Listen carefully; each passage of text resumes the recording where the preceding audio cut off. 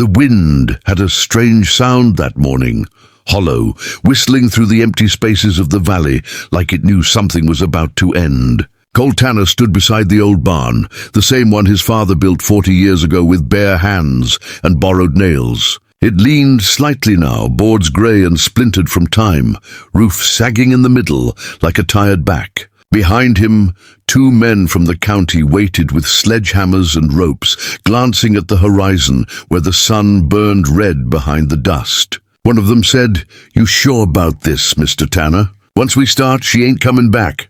Cole didn't answer right away. He looked at the barn doors, still painted the same faded red his mother insisted on before she died. A gust of wind rattled the hinges. He finally said, low and even, "Do it." They nodded and moved to work. The ropes went up, the first strike landed, and the sound cracked through the cold air like thunder. Each swing echoed, metal on wood, time against memory.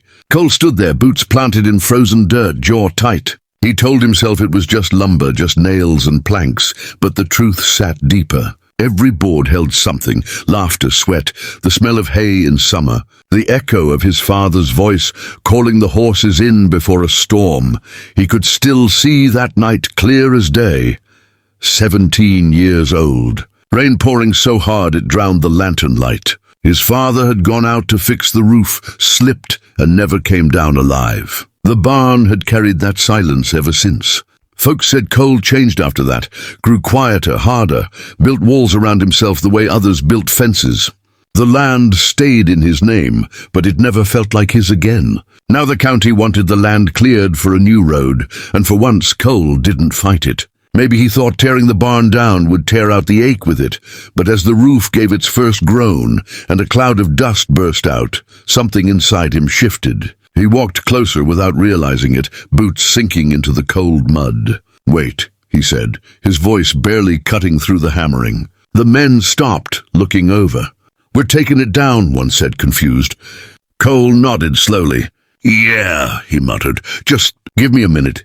He stepped inside the barn. The air was thick with dust and sunlight pouring through broken boards, golden and quiet. The smell hit him, hay, leather, earth. He could almost hear the horses again, their gentle snorts, his father's steady voice saying, "A man who keeps his barn clean, keeps his word."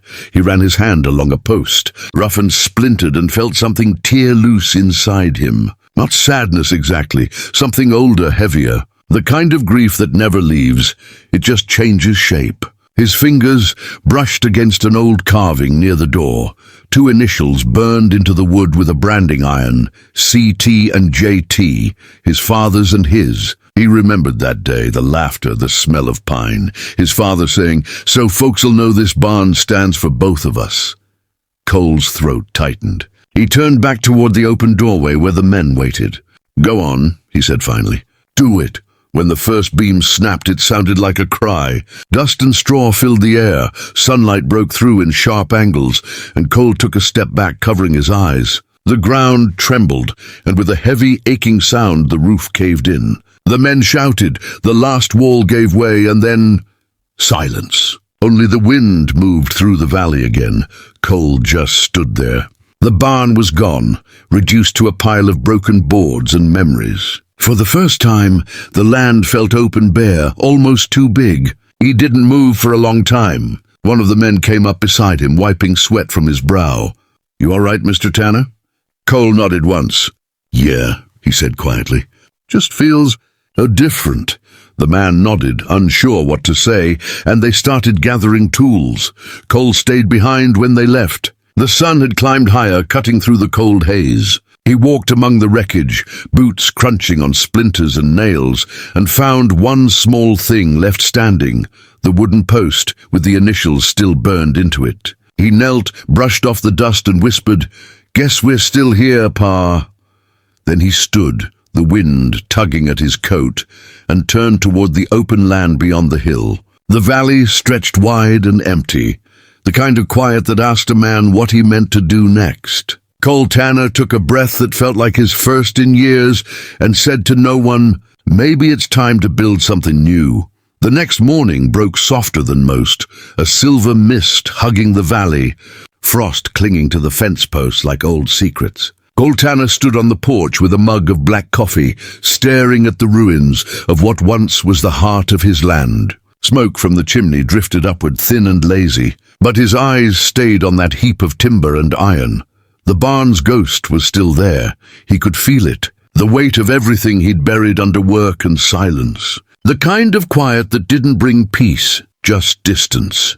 He drained the coffee and set the mug down, pulling his coat tight before walking out into the cold. The ground was hard, crunching beneath his boots, and a thin fog rolled low along the pasture. When he reached the barn's remains, he stopped. The initials, CT and JT, still stood on the post he'd left untouched. He crouched and ran a hand across it again, tracing the letters like he was reading a prayer. Then he saw something new, a small corner of tin glinting from under the boards.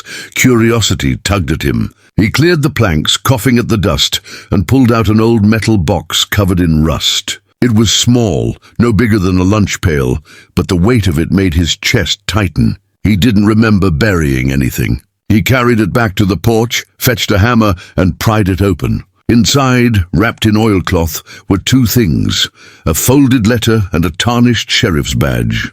He sat down hard on the porch steps, the letter trembling in his hands. The handwriting was his father's, steady, strong. The words began simply, "If you're reading this, son, I reckon the old barn's come down. That means time's passed, and maybe you've carried too much of me on your back." Cole swallowed hard and kept reading. "You were always the better man, Cole. I saw it the day you took the blame for that broken fence to keep the men from knowing I'd been drinking again. Don't let this place turn you into stone. The land's meant to grow things, not hold ghosts." Cole lowered the paper, his throat tight, eyes burning in the cold air. He hadn't thought about that day in years. The argument, the silence afterward, the guilt that lived under every breath since. The badge glinted faintly in the light. His father had once been sheriff before the bottle took that title away. He remembered the nights his mother would light a single lamp and whisper that someday Cole would understand what kind of man his father was trying to be. The wind rose, pulling the edge of the letter across his knee. The last line read, "When the time comes, build again. But don't build for me. Build for what's ahead."